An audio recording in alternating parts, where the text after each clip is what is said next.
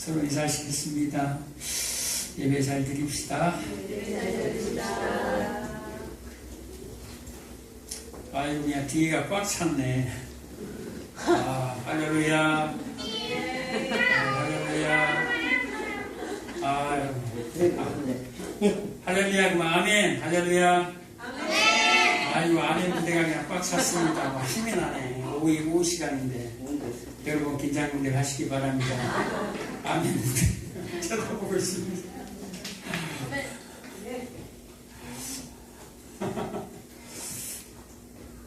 왜 금방 또 히브리서 13장을 읽었냐면요, 이게 같은 내용이에요. 연관되어 있는 거예요. 그러니까 우리가 신약을 보면 신약의 그 내용들이 구약에서는 그림으로 펼쳐진다라고 생각하시면 돼요. 그래서 구약이 좀 두꺼워요. 그렇죠?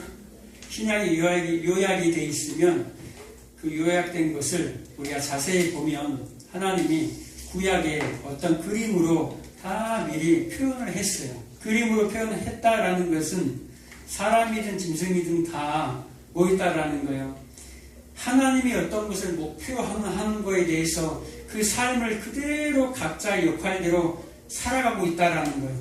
그래서 그것을 신약에서 답을 딱 제시를 해줘요. 그래서 하나님이 창세기부터 계시록까지 우리의 인생과 역사 속에 뭘 세워놔요? 십자가를 세워놔요. 십자가를 세워놔서 여러 인생들 가운데 수많은 피조물들을 통해서 무엇을 나타내기 위해서, 하나님의 그 십자가를 나타내기 위해서 기록해 놓은 거예요. 그래서 여러분들이 성경을 읽을 때마다 어떤 곳을 여러분들은 성경을 펴시더라도 뭐가 보여야 돼요? 예수 십자가. 그게 복음이에요. 예수 십자가를 발견하지 못하면 그건 복음이 아닌 거예요. 다른 복음을 전하고 있는 거예요. 이 성경은, 그래서 이 성경은 피 묻은 성경이라고 얘기를 하는 거예요. 구약에 보면 왜 그렇게 희생들이 많고 제사가 많고 피가 많은지 다 이유가 있어요. 누구를 설명하기 위해서? 예수님의 피를 설명하기 위해서. 아까 영문박, 히브리서 제가 잠깐 13장에서 얘기를 했는데, 영문박, 정말 그 냄새나고, 그걸 지옥의 문이라고 하거든요. 게헨나, 지옥의 문. 드라마에도 나오잖아요. 지옥으로 간 판사 뭐 이런 데서. 게헨나, 지옥의 문인 거예요. 그 문에 우리가 사실 거기 던져져 있어야 될 거거든요. 오늘 본문에 보면, 레위 16장에 보면, 대제사장, 그러니까 1년에 한 번씩 대속죄일이 있어요. 그런데 거기에 뭐가 꼭 드려지냐면 2마리 염소가 드려져요. 2마리 염소가 드려지는데, 1마리 염소는 어디에다가 드려집니까? 1마리 염소는 죽여서 그 피를 제단에다가 뿌려요. 제단 뿔에 바르고 지성소로 들어가서, 성소를 지나 지성소 들어가면 뭐가 있죠? 속죄소. 어깨 위가 속죄소예요. 그룹이 있는. 그 속죄소 위에다가 피를 뿌리고 속죄소 앞에다가 또 피를 뿌려요. 그리고 또 하나의 또 염소는 제비를 뽑아서 어디로 보냅니까? 광야로 보내요. 어떻게 광야로 보내죠? 대제사장이 모든 백성들의 죄를 이 염소에게 담당시켜요. 이사야 53장 6절에 말씀한 것처럼 우리는 다 양 같아서 그렇든가요? 각기서 길로 갔거늘 우리 모두의 죄악을 그에게 담당시키셨도다 한 것처럼, 이 염소에다가, 이 제물에다가 모든 이스라엘 백성들의 죄를 전가시키는 거예요. 그리고 이 염소를 어디로 끌고 갑니까? 광야로 끌고 가서 놔두고 와버려요. 광야로 끌고 가서 놔두고 와버려요. 풀어놓고 와요. 뭐 하라고? 광야에 뭐 먹을 게 있어요. 염소가 풀이라도 있어야 되는데, 광야로 보냈다라는 것은 아무것도 없는, 풀도 나지 않는, 바위밖에 없는, 돌밖에 없는 그런 광야로 데리고 간다라는 거예요. 뭐 하라고? 죽으라고. 그래서 2마리의 염소가 나와요. 하나는 성소로 들어가서 피를 뿌리는 희생 제물로 드리는 염소가 있고, 한 마리는 죄를 담당해서 광야로 간 염소가 있어요. 둘 다 뭐예요? 죽어요. 그 내용이 이 히브리서에 그대로 나오는 거예요. 이 히브리서의 내용이 레위기에 오늘 본문에 그걸 풀어놓은 거고, 히브리서에 똑같이 11절에 보면 이는 죄를 위한 짐승의 피는 대제사장이 가지고 성소에 들어가고, 한 마리 염소는 그 육체는 영문 밖에서 불사름이라. 이것은 영문 밖으로 나가는 아사셀, 광야로 나간 이 염소를 갖다가 아사셀이라고 그래요. 아사셀에다가 아사셀에게 염소를 보낸다, 이 말이 어렵게 써 있는데, 광야로 보낸, 죄를 전가받은 이 염소가 광야로 나간 그 염소 자체를 아사셀이라고 하는 거예요. 근데 예수님이 이 두 염소 다 포함이 되어 있어요. 이 두 염소의 역할이 예수님이 다 했다, 이 말이에요. 성소로 들어가고 영문 밖으로 나가서 태움을 받게 돼요. 그만 레위기에서 보면 짐승을 죽이고 그 가죽이 남죠. 그리고 내장이 남아요. 그리고 그 똥이 나와, 더러운 거. 그걸 어디다가 버리죠? 영문 밖에서 불사른다라고 나와요. 똥을, 이 가죽을, 죽은 고기를 어디다가 불살라요? 영문 밖으로 나가서 불살라는, 이게 누굽니까? 바로 예수. 그 해골에서, 그 골고다에서, 그 쓰레기 소각장에 그 개인나로 누구를 데려갑니까? 예수. 예수를 뭔 취급했다라는 거예요?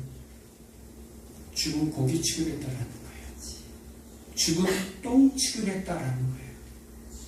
사람들이 더러워서 냄새 나서 가지도 않는 그 취급을 받았다라는 말을 하는 거예요.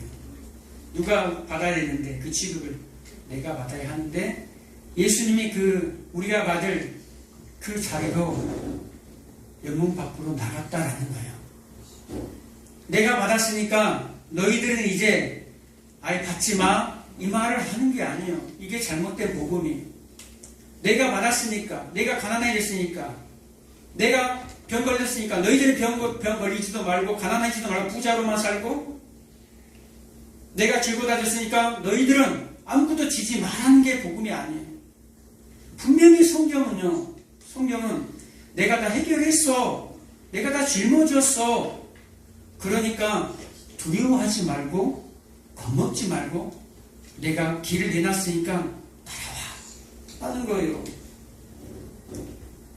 무서워서 저 길이 과연 축복된 길인지, 아니면 저 길이 굴이 아니라, 터널이 아니라 굴처럼 막혀있는지, 그것이 아니라 이미 뚫려있는 굴이 아니라 뚫려있는 터널이다, 이 말이에요. 막혀있는 굴이 아니라 뚫려있는 터널. 누가 내놨기 때문에? 예수님이 이미 길을 내놨기 때문에. 내가 길이요 진리요 생명이니 나로 말미암지 않고는 그에게로, 아버지께로 갈 수가 없다라는 거예요. 그런데 예수님이 그 길을 내놨기 때문에 우리는 뭐 한다라는 거예요? 따라가면 되는 거예요. 그래서 아까 수많은 그 선지자들의 그런 삶을 얘기하면서 그들이 다 뭐 했다라는 거예요? 예수의 삶을 그대로 살았다라는 거예요. 그 벌거벗음의 삶을 살았다라는 거예요. 날마다 쫓김당하고 고난당하고 배임당하는 그런 삶을 계속해서 살았다라는 거예요.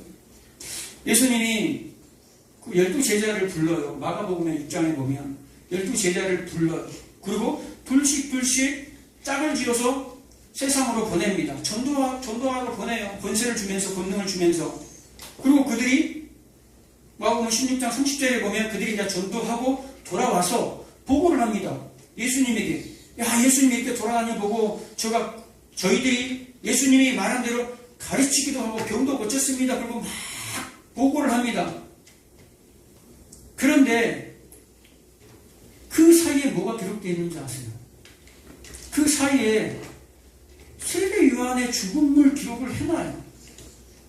마가복음의 전체 기록을 보면 샌드위치 빵처럼 그런 샌드위치 구조로, 그걸 인클루지오 구조라고 그래요. 샌드위치 구조로 계속해서 마가는 기록을 합니다.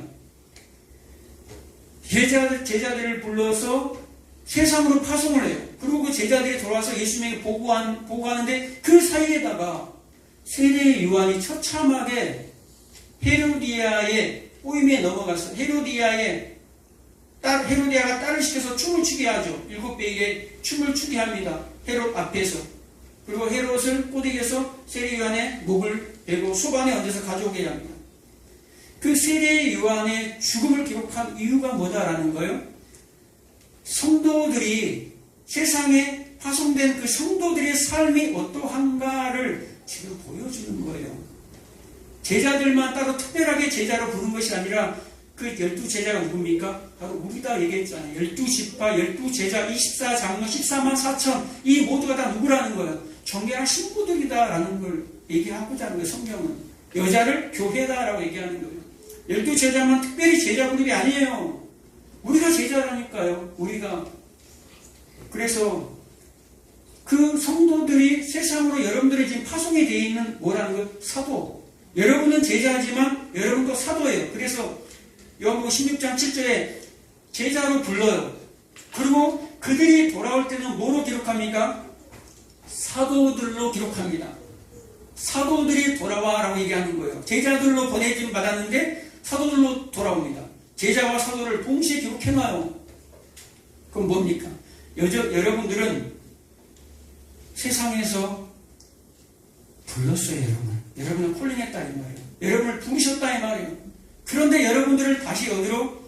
사도로 세상에 보낸다 이 말이에요. 사도라는 것은 보내심을 받다라는 말을 하는 거예요. 여러분들은 부르심을 받은 동시에 뭐 있다라는 거예요?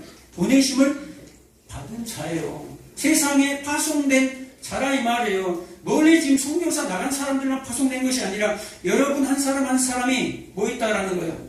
이미 세상에 파송된 자예요. 그런데 여러분의 삶이 어떤 삶을 살게 된다라는 거예요? 세례 요한 같은 삶을 살게 된다라는 거예요. 세례 요한의 그 삶, 목배임의 삶이 뭡니까? 예수님의 살았던 삶이에요. 그 광야에서 살았던 삶이다 이 말이에요. 세례 요한은 원래 왕궁에 있어야 될 사람이거든요. 그런데 나와서 광야에서 외치는 자의 삶을 사는 거예요. 예수님처럼 세상에 넘겨지게 돼요. 누구에 의해서? 마가복음 1장 14절에 보면 세례 요한이 죽음에 예수님이 갈릴리에 와서 복음을 전파하매라고 나와요. 세례 요한이 죽는다라는 거예요. 세례 요한이 죽음에라는 말이 세례 요한을 갖다가 뭐 했다라는 거예요? 세상에 내어줘 버렸다라는 말을 하는 거예요. 아니 지금 세상 권세에 의해서 지금 세례 요한이 지금 목배임을 당해요. 얻어맞아요. 아니 하나님이 세상 권세에게서 빼내야지 우리를 이렇게 우리가 얘기할 수 있잖아요. 그런데 하나님은 다 내줘버려요. 예수님도 내줘버리고 세례요한도 내줘버리고 제자들도 다 세상 권세에게서 뺏어버린 것이 아니라 내줘버려요. 그들에게. 그래서 예수님이 한 말이 있잖아요. 우리 요한복음에서 배웠잖아요. 너무 근심도 하지 말고 걱정도 하지 마라. 그래놓고 뭐라고 합니까? 제자들을 이리에게 내어줘요. 내어준다라는 말을 하는 거예요. 이리에게 먹히도록 내어줘요. 성경의 일관성 있게 계속해서 그 얘기를 해놔요. 여러분 신약성경만 구약을 빼더라도 신약성경만 있더라도 여러분 계속 그 얘기를 해요. 마지막 요한계시록 11장까지 두 증인이 마지막 주님 오실 때 두 증인들이 나오죠. 두 증인들이 우리의 마지막 때 교회의 모습이에요. 그들이 복음을 증거하다가 세상에 의해서 밝혀 죽어요. 근데 세상은 그들이 껄끄러워. 그들이 있으면 불편해. 왜 그런 줄 아세요? 그들이 세상의 죄를 폭로하기 때문에. 어떻게 폭로합니까? 그들은 그냥 거룩한 삶을, 예수님을 따라가는 삶을 그냥 살아가는 거예요. 그런데 세상이 바라볼 때는 자기들하고 다르게 살아가기 때문에 자기들은 세상에 힘을 추구하면서 세상에 여기서 안정감을 회하면서 살아가는데 저들은 전혀 자신들의 생각과 다르게 사는 존재들이거든요. 그래서 미워해요. 그래서 그들이 죽게 되면 막 박수치고 기뻐하고 서로 막 선물을 막 교환하는 거예요. 세상 힘 있는 자들끼리. 우리는 뭐 하는데? 중부대.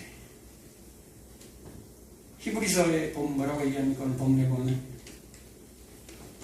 12절에 보면 그러므로 예수도 자기 피로써 백성을 거룩하게 하려고 성문 밖에서 고난을 받으셨느니라. 그런즉 우리도 그의 치욕을 짊어지고 영문 밖으로 그에게 나아가자.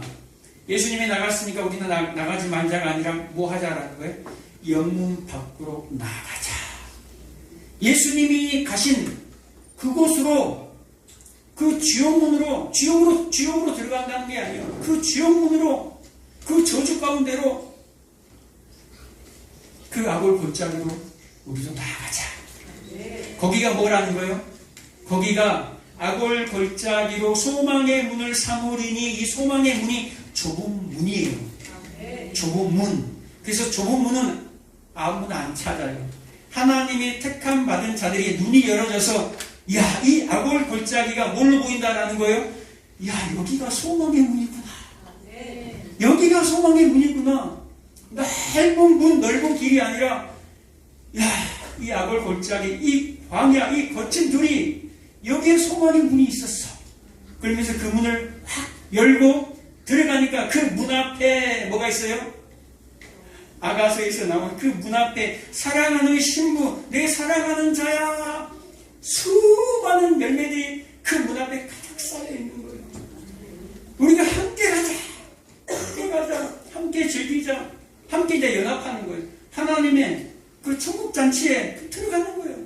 이미 하나님이 그러니까 준비해놓고, 예수님이 그 영문 밖에서 이미 그 저주를 사망문에서 다 끊어내버리시고 그 길에다가 좁은 문을 하나 놔둔 거예요. 그래서 그 문으로 지금 초청하시는 거예요. 겉에는, 그 주변에는 굉장히 막 무섭고 두렵고 막 그 환경은 그러는데, 그 충분히 가까이 가면 보여. 그게 멀리서는 안 보여. 멀리서는 두려워. 너무 어둡고 무섭고 그 십자가의 문이 얼마나 두려운지 몰라요. 그런데 가까이 가면 갈수록 그 문이 보이기 시작해요. 그 좁은 문이. 그래서 아무에게 안 보이는 거예요. 그 좁은 문으로 딱 들어갈 때, 와,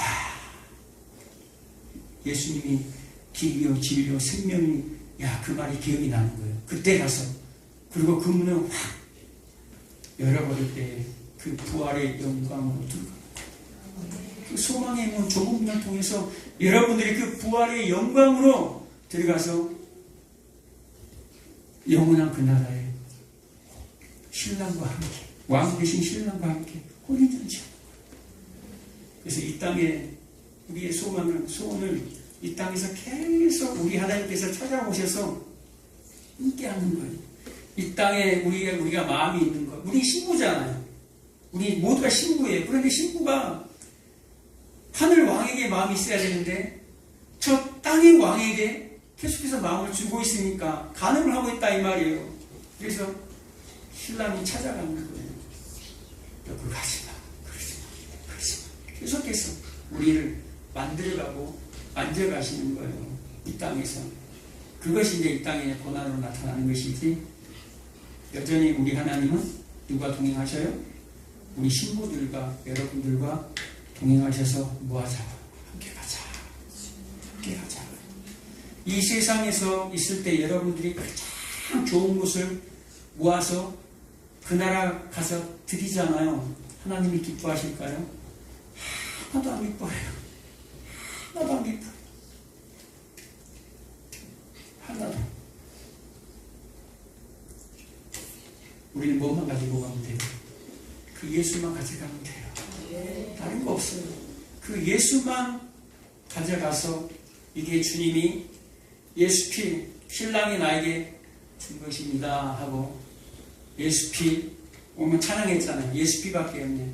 그 피 주님 앞에 드리고 왕관 쓰고 들어가는 거예요. 그리고 그 왕관을 주님 만나면 뭐 한다? 주님 앞에 다 시내어 드린다. 주님의 정결한 신부들로 준비되어지고 거룩한 자로 세워지는 저와 여러분 되시기를 축복합니다.